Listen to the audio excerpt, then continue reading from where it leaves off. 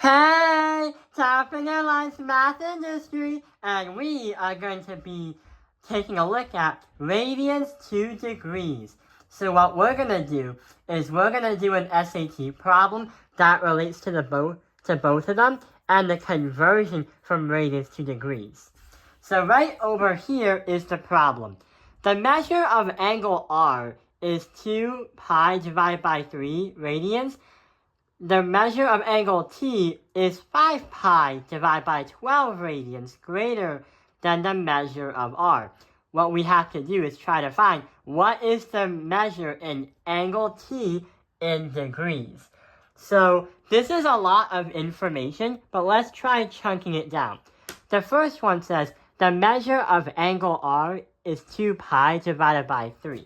So we're going to write that right over here. And that's R. But that's in radians. The measure of angle T is 5 pi divided by 12 radians.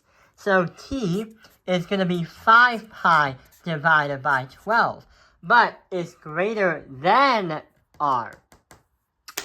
What is the measure of angle T? So we know that T is going to be the measure after you do some math that compares these two angles, R and T.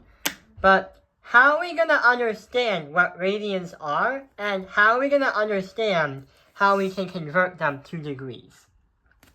So when we take a look at the SAT, there is sure to be some kind of formula sheet that you will be offered. On the digital one, there will be a formula sheet given to you on the math section. It's usually on the top right corner of your computer. So the useful information for the formulas for this particular video is the number of degrees of an arc in a circle is 360, which kind of makes sense because we've been learning about degrees for a long time in geometry. But what about the second one? The number of radians in a full arc is 2 pi. What? And 1 radian is around 57.30 degrees? Weird. So, what is a radian exactly? Well, degrees is a good way to calculate the angle of something or how many times something has gone around a circle. But sometimes you need another kind of measurement to prove it, but also another measurement to find the unknown. What mathematicians did is they just grabbed some kind of random circle and they said, well, why not create another measurement by going towards the center of the circle and measuring the radius right here. Depending on the diameter of the circle, the radius right there can also be compared to the arc length right here. So in reality, what they did is they just grabbed one part of the circle and they use it to create another unit of measurement that's helpful to prove a second one, which is degrees. So if you don't have degrees, use radians to prove your point. And usually the radius is around 57.30 around the circle. For your information, if you go into trigonometry or learn about trigonometry, this is a really good representation and a visual of the comparison between degrees and radians. So the outer circle is measuring in degrees. We have 0 or 360, then we go to 90 degrees, then half of the circle is 180, then 270, then back to 0 or 360. The inner circle is the comparison to degrees, aka the radians, which we're playing around with. So we have 2 pi as 360 or 0. When you get to 90 degrees, you can do pi divided by 2. Then you have pi for 180 degrees. But the reason why for 90 degrees it's divided by 2 is because you're literally doing 180 divided by 2, which is 90. So it makes sense that mathematicians write the idea of pi divided by 2 is equal to 90 degrees. Then we have 3 pi divided by 2. Then we go back to 2 pi.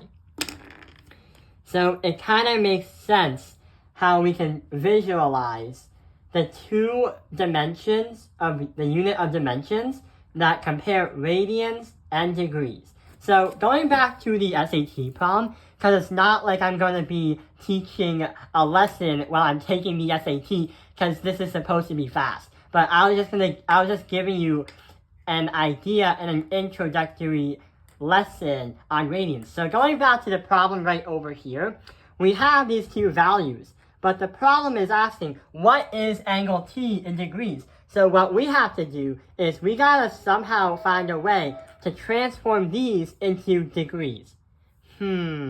Well, what we can do is going back to the unit circle and going back to the thing right here, we know that right over here, pi is 180. So we can use that as a unit of measurement.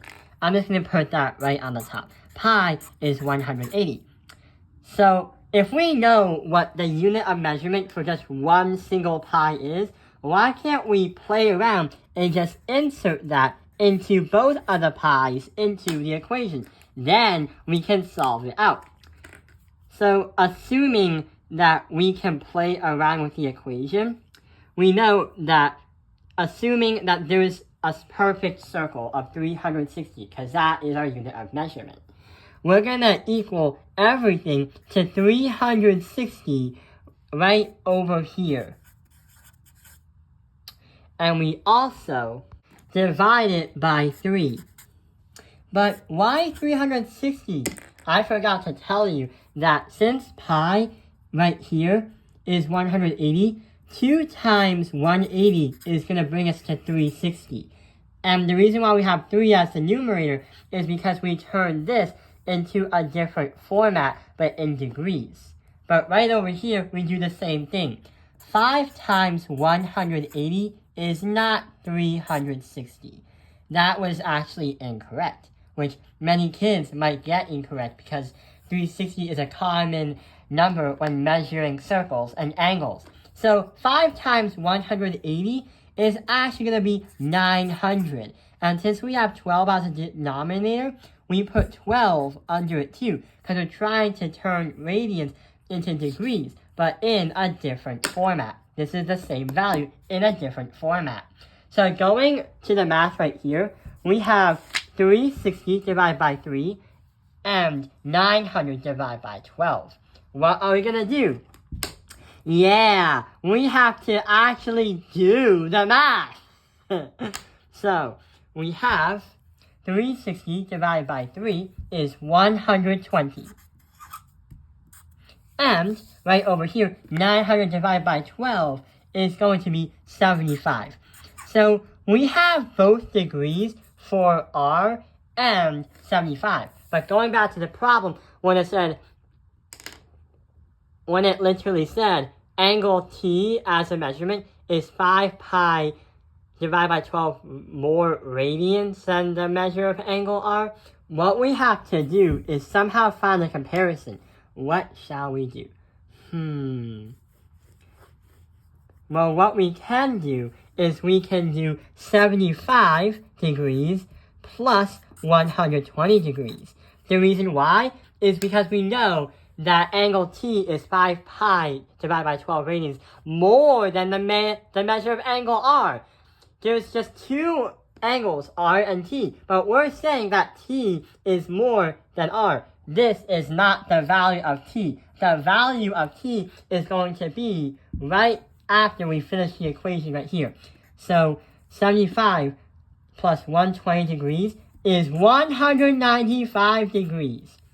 So in the circle, we can say that angle T right over here, well, it doesn't show the T, but angle T is going to be 195 degrees.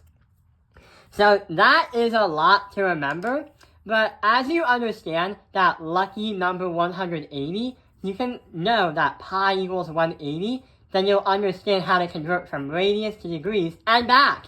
And you also learned about the unit circle and how it can visually represent degrees and radians and vice versa, and how to convert, but also the useful formulas in the SAT.